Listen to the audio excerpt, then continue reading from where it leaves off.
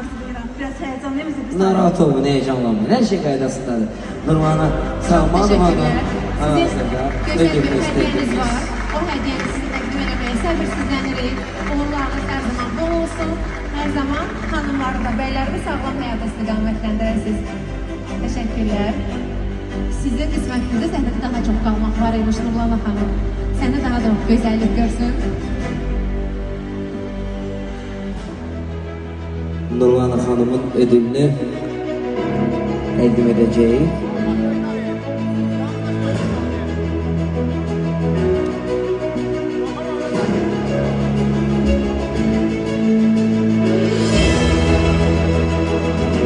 Bir neçə saniyə gözləyək, mükafatımız təqdim olsun. Nurhan Hanım, təşəkkürümüzü bildiririk.